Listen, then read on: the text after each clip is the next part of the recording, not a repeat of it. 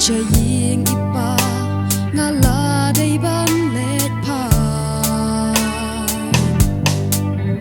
Kumno ngan ai jubab Lada kylli hangta Hato pila le ni em yamon jong Hato ngala le ni em yakamon Kynrad Mynba ngadang don hangne hasla pyrthei jingangnud baroh Chulong lehnohei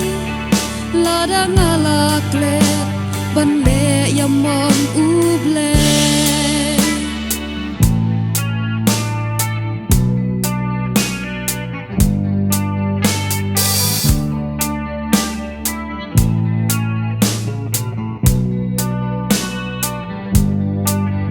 Chwaba kerdap nengkan pli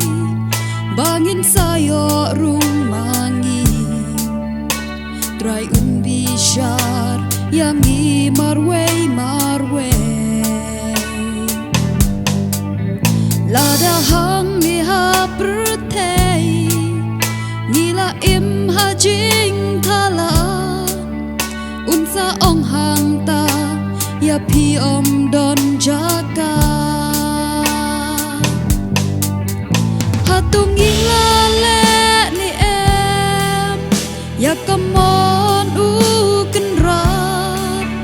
Mynba ngidang don hangne hasla pyrthei jingangnud baroh Chulong lehnohei Lada ngilak let ban le yamon U Blei